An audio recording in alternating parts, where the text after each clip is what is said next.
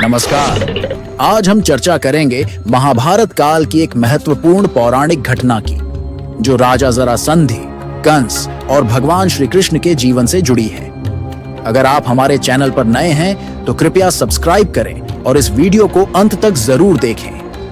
महाभारत के अनुसार जरासंध के पिता मगध के राजा बृहद्रथ संतानहीन थे। उन्हें अपने राज्य के भविष्य की चिंता थी। एक बार एक आर्ष से उन्हें एक फल प्राप्त हुआ, जिसे उन्होंने अपनी दोनों रानियों को आधे आधे में बांट दिया। परिणाम स्वरूप दोनों रानियों ने आधे आधे शरीर वाले बच्चे को जन्म दिया। राजा बृहद्रथ ने इन अधूरे बच्चों को जंगल में फेंकवा दिया। जंगल में एक राक्षसी जरा या जरा देवी ने उन दो आधे आधे शरीरों को पाया और उन्हें जोड़ दिया। तब वह शिशु जीवित हो उठता है, इसलिए उस शिशु का नाम जरासंध पड़ा, जिसका अर्थ होता है जरा द्वारा जोड़ा गया। यह देखकर वह दयावश उन्हें राजा को वापस लौटाने का निर्णय लेती है। राजा जरासंध एक शक्तिशाली और प्रमुख राजा था।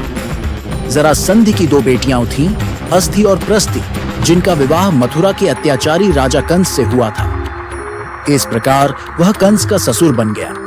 कंस श्री कृष्ण के मामा थे और उनकी मृत्यु श्री कृष्ण के हाथों हुई थी।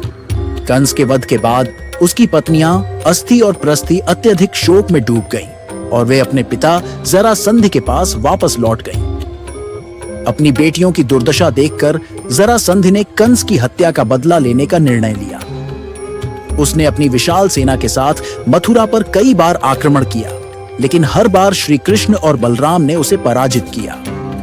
हालांकि जरासंध की निरंतर हमलों और युद्ध की स्थिति से मथुरा के लोग थक चुके थे। इसी कारण श्री कृष्ण ने मथुरा को छोड़कर अपनी राजधानी द्वारका में स्थानांतरित करने का निर्णय लिया।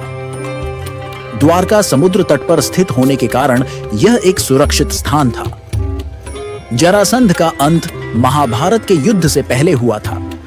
युधिष्ठिर ने राजसूय यज्ञ करने का निर्णय लिया, जिसके लिए जरासंध की मृत्यु आवश्यक थी, क्योंकि वह राजसूय यज्ञ के लिए एक बड़ा अवरोधक था।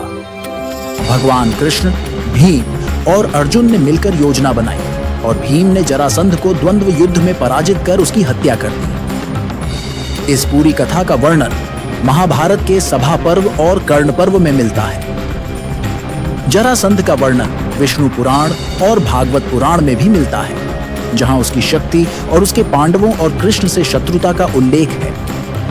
यह एक पौराणिक कथा है और इसमें धार्मिक और नैतिक शिक्षाओं को प्रमुखता दी गई है। अगर आपको यह वीडियो पसंद आया हो तो कृपया लाइक, शेयर और सब्सक्राइब जरूर करें। धन्यवाद।